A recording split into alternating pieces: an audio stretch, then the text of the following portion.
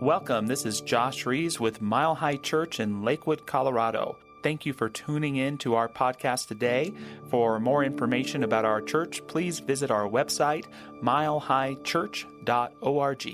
So, it's a reunion of another kind. I had a reunion with a story I've always loved, and I'm going to lay it on you. It's about the serendipitous meeting of a rabbi and a monk who were seated in the same row on an airplane. And so they started talking with one another, and at one point, the monk turned to the rabbi, and he said to them, "Now, I'm aware that in your tradition, you don't eat pork, but have you ever slipped from that and had pork anyway?" And the rabbi paused for a moment, and he said, "Well, yes, I did. I did have pork. One time, I had a ham sandwich." And they nodded and were silent for a little bit. Then the rabbi turned to the monk and said, "Now, have you embraced celibacy in your order?" And he said, "Well, yes, I have." And he said, "Well, have you ever strayed from that vow?" And he said, the monk said, "Well, I must admit that one time I slipped from my vows with a woman I knew one time." And they nodded. After a little while, finally, the rabbi turned to the monk and said, "Sure beats a ham sandwich, doesn't it?"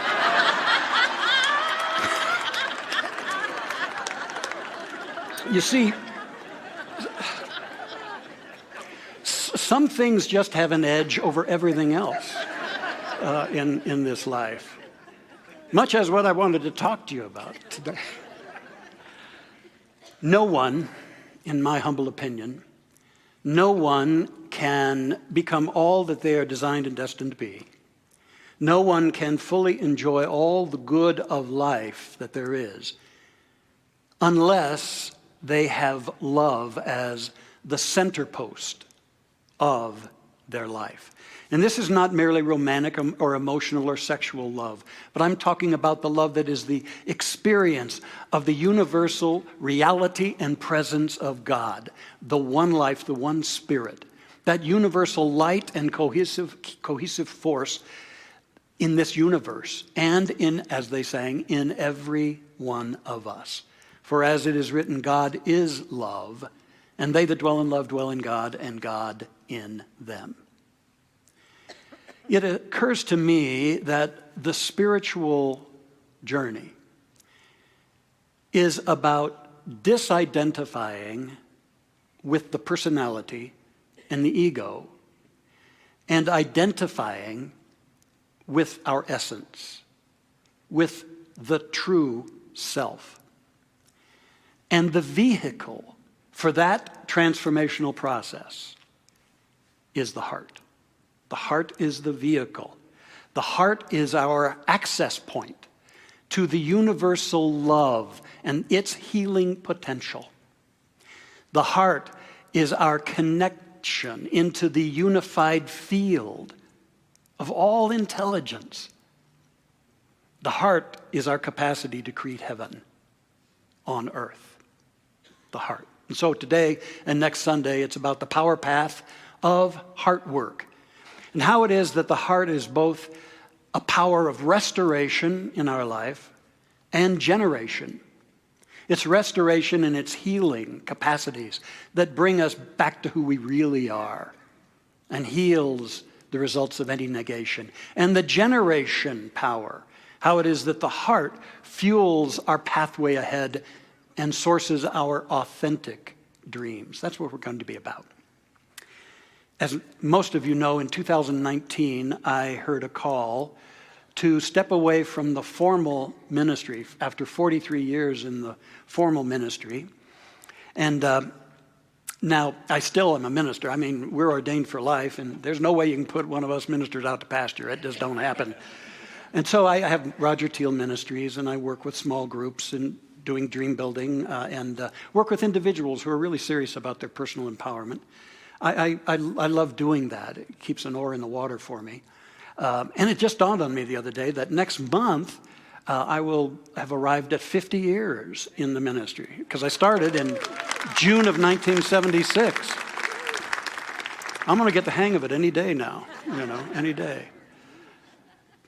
And so in that process, when I realized it was time to step away from the formal ministry, I knew it was time to disidentify with a role that had become so much a part of me, and instead to probe more into my essence, and also to ask some really deep questions, and explore the answers, not easy answers or immediate answers, but to just be open to these questions. And one of the questions most particularly was, just why, Roger, did you incarnate on this earth plane at this time?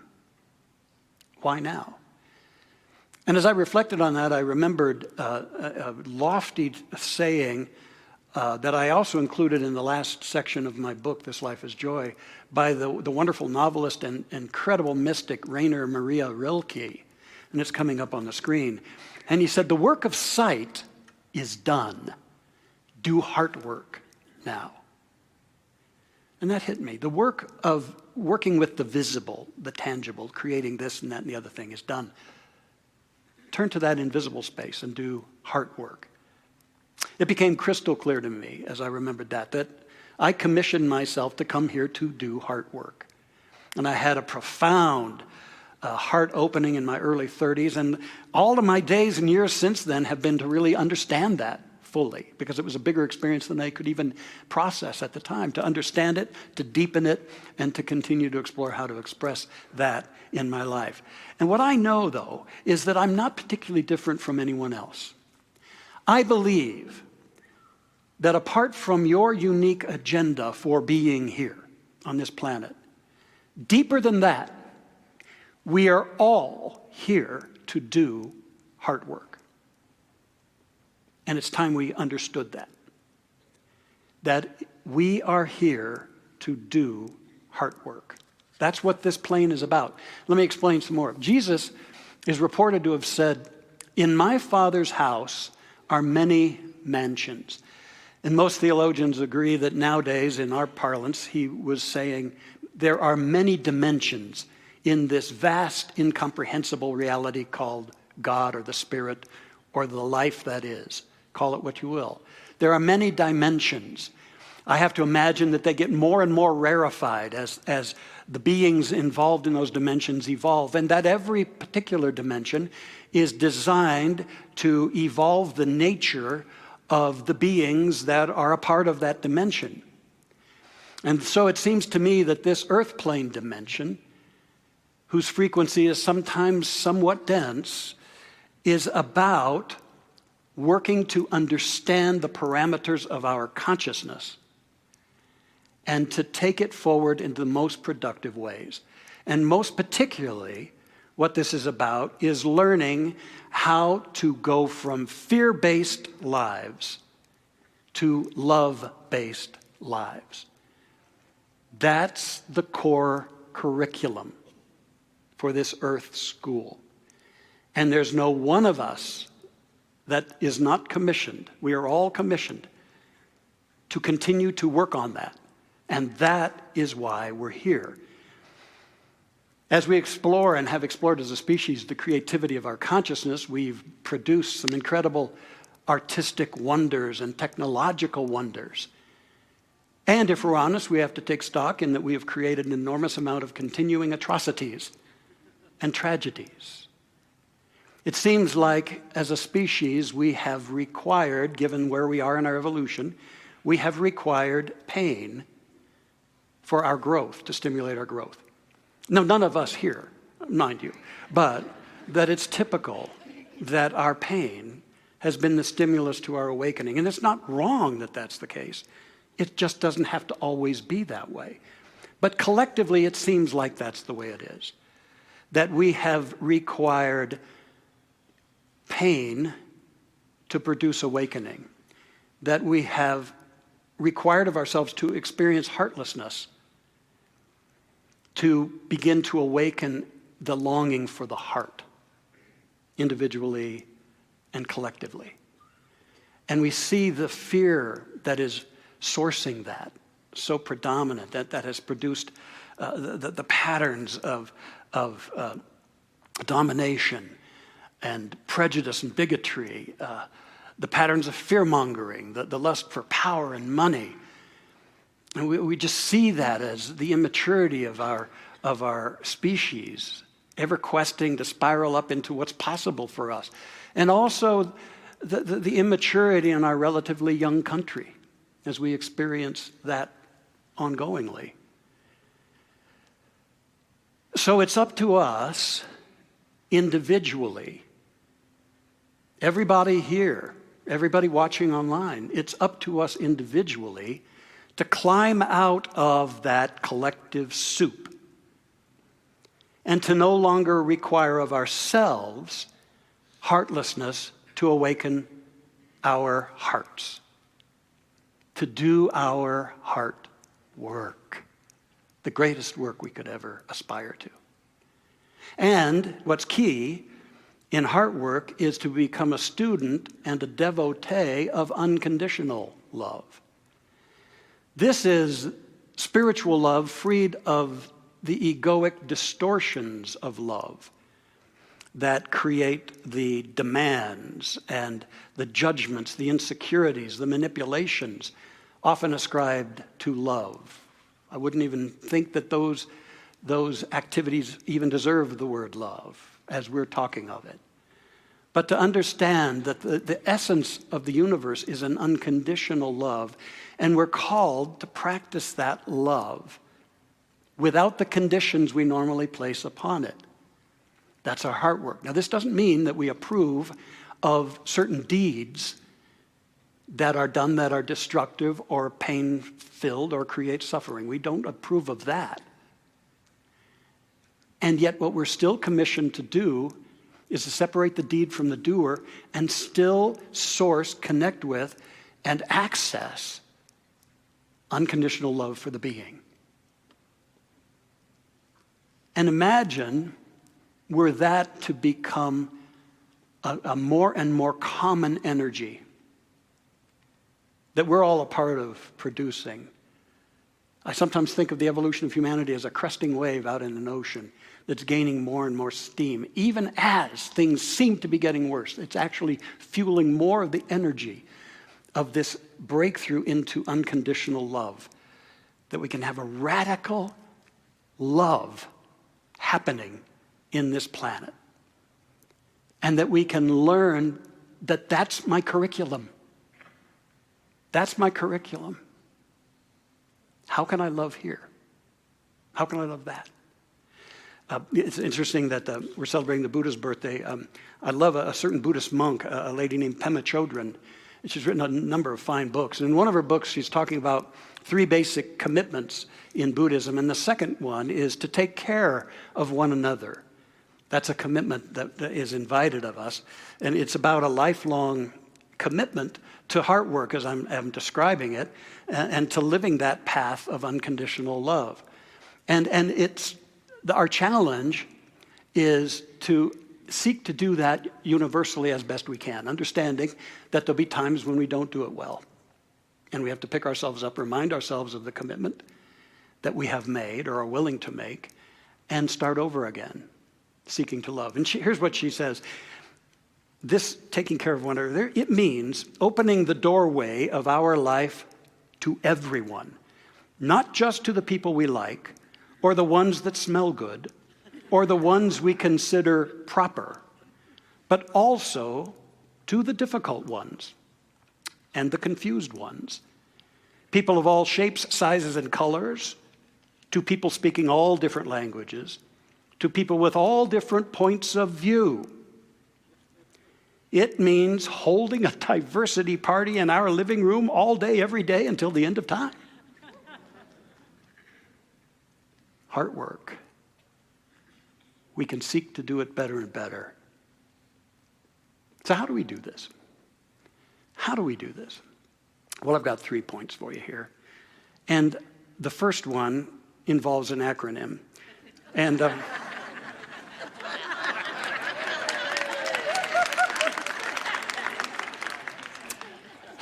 I'm in a support group about that. The word is soul, S-O-U-L. And it's a part of the first key, and that is tap your wellspring. You have a wellspring here in your precious heart. You have a wellspring that can bring forth the light and the energy and the love that we seek, that makes life worth living. But we have to train ourselves to be here. And that's where that acronym comes in. It's a 4-part process for actually experiencing and deepening this heart energy that I'm speaking of today. And the first, the S, is to shift. To first of all notice compassionately when you're judging, when you're triggered, when you're afraid, when you're out of this space that I'm talking about. Just notice it and decide that it's time for a shift. Just decide to shift. And what you do, first of all, is take a deep breath. You take a deep breath. You take a deep breath. You still the mind. It might help, it always does me, to put my hand on my heart.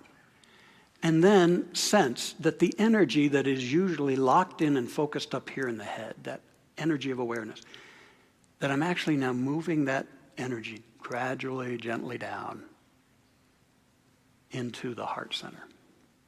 That's the shift. Still from here and all the stuff our heads come up with, our egos come up with, our past and all our habits.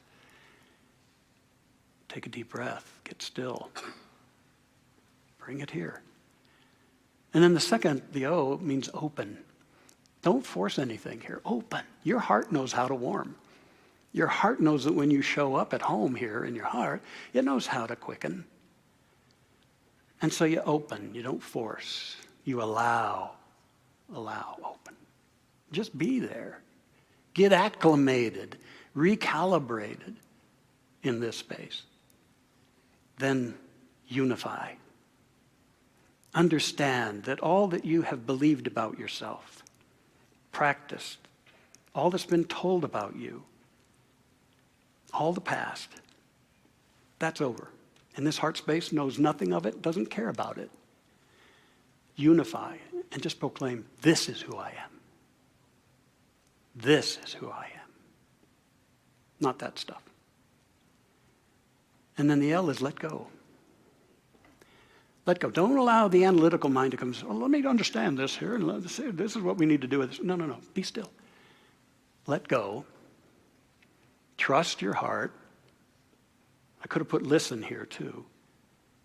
Let go and listen. And be available to a higher leadership for your life. You've gone from the thinker to the knower. And that's our heart work. When we access the knower, we're always happier with what we do and how we think and how we live. So that's the 4 parts: shift, open, unify, and let go. Trust your GPS, all right? God's precious scenarios unfolding within you. So begins with tap your wellspring. Secondly, claim your magnificence. Now, this is not an ego trip.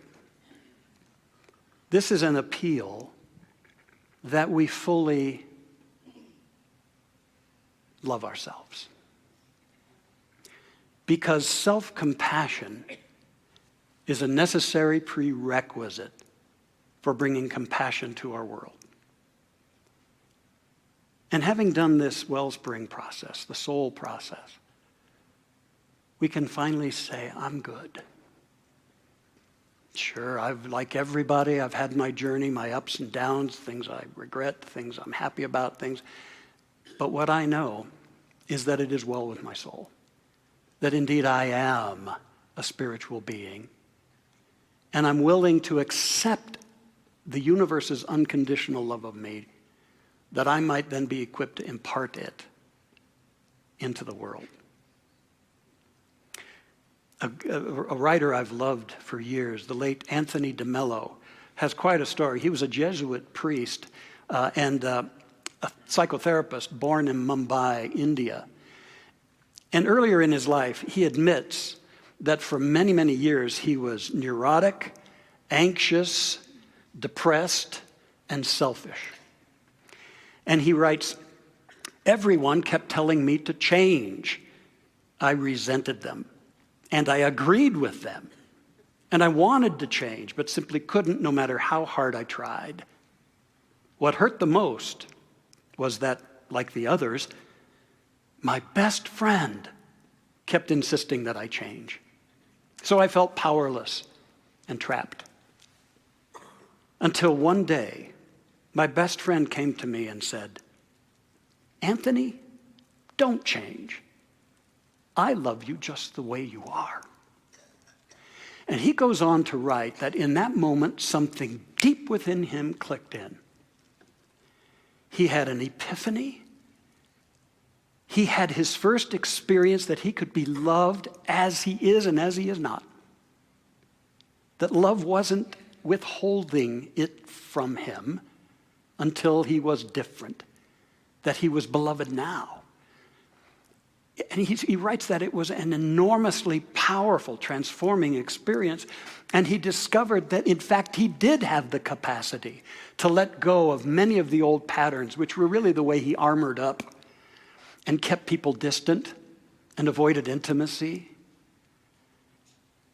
And something took him over, and his heart became on fire. And in his later years, he was a totally transformed person. He went on to do incredible things, give himself in great selfless service. And moreover, it's generally agreed that he reached a very high stage of enlightenment, especially via his writings, until he passed in 1987. But such is the power of unconditional love. To be willing to claim that my soul is magnificent. And keep the ego at bay, because it's not any more magnificent than anyone else. And yet it's God-inspired, God-intended, and precious. Can you claim your magnificence and own it? It feels so good. Just as you are and just as you are not, there's something bigger. It's called the beautiful beingness that you are. And then finally, after you've tapped the wellspring, you claim your magnificence, then just share your magic. Because then you're a vibration. You've recalibrated your consciousness to a higher frequency, and you're going to find opportunities to share that magic. And the thing to do, though, is to constantly ask the question, what's the unconditional love curriculum in this situation?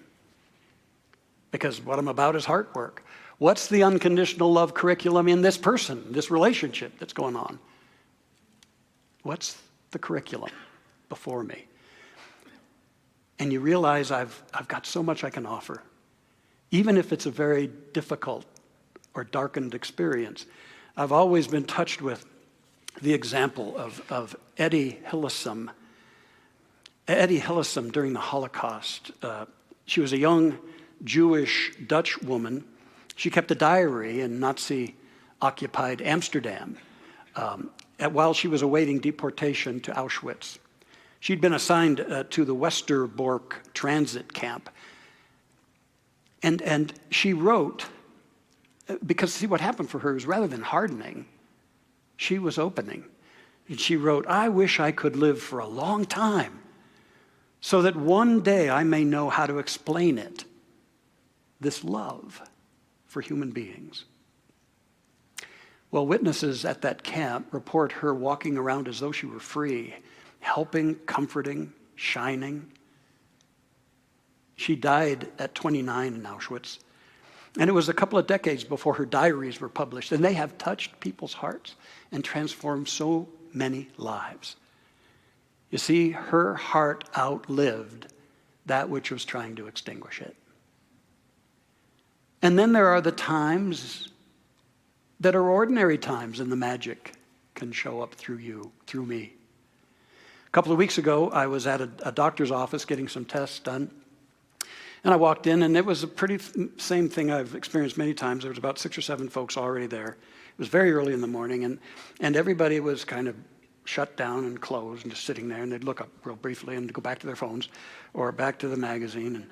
And there was this just sort of an icy feeling in the room, which understandable, I suppose. But I went up to the desk to check in and to receive this clipboard full of papers I had already filled out a half dozen times before. But I assumed that they have fires regularly in the file room and that it's important to keep filling these out.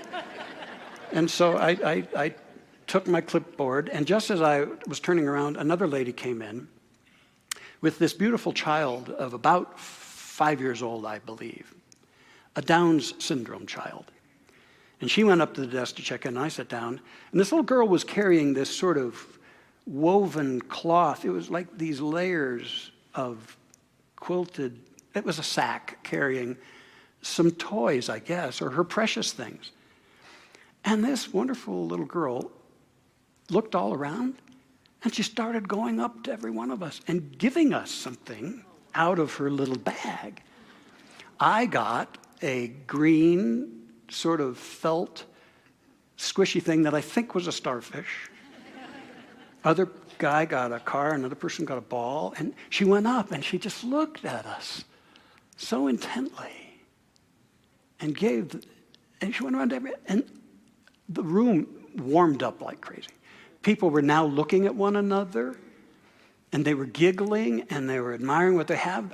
A couple started sharing, changing, exchanging, and this little girl was in heaven. And I thought, wow. And little child shall lead them. You know. So I went in, had my appointment, and came back out, and I left with a different commitment that I was going to enter the room. I'm not going to bring a bag of toys next time, but I am going to come into the room with a better energy. I'm not going to align with the pull away, hide out. Life's too damn short for this, isn't it, gang?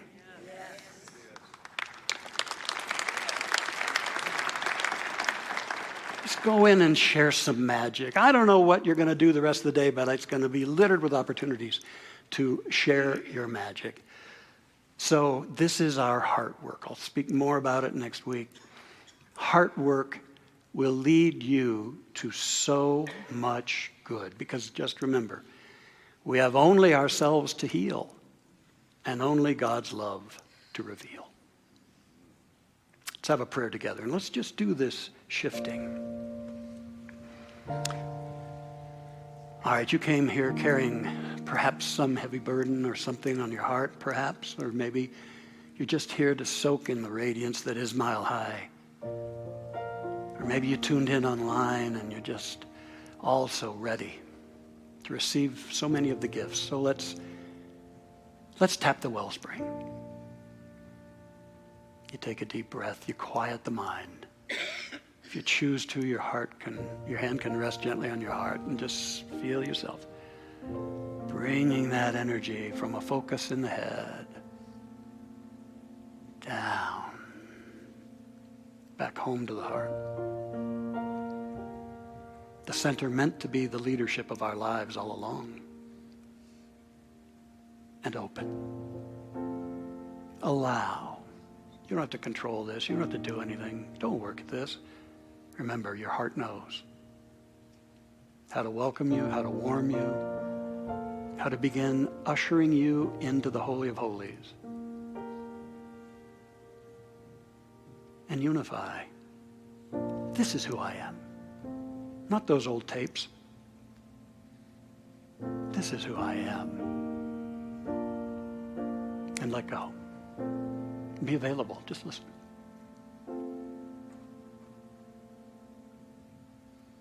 Trusting that in those right moments, the knower within you will guide you, uplift you, and even now invites you into the joy of being.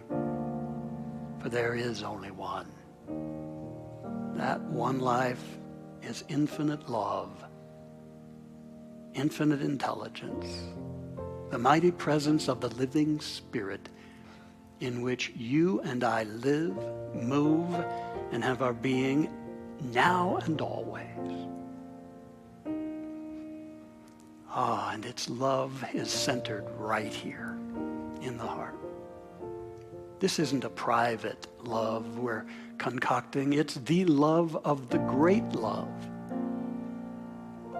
flowing into our being as us.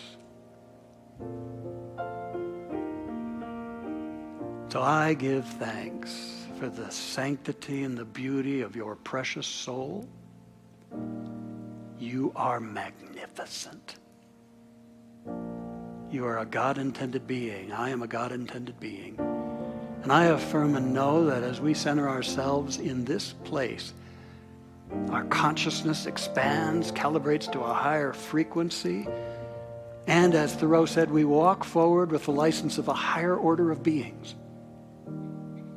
co-creating a world of love, peace, and abundance, oneness revealed, joining hands and hearts, perceiving the face of God in those around us, forgiving ourselves when we fall short of that, and recommitting to this high walk, this great work. And I affirm and know that as you give, as you share the magic of your love for self, that returning to you multiplied are all the abundance you could imagine of every kind, because you become an attraction for greatest good. And I affirm this is your design, your destiny, and I give thanks in our growing capacity to do this holy heart work. Thank you, Spirit. Thank you, God, life. So good to know we've never been given up on. We've always been loved. And now we're participating. And it's good and very good. We give thanks for a world that works for everyone, that is emerging. We give thanks for this Mile High Church community, truly a beacon of light. We give thanks for one another. Life is good. We breathe it in. We own it. Thank you, Spirit. And we let it be. And together we affirm, and so it is. And amen.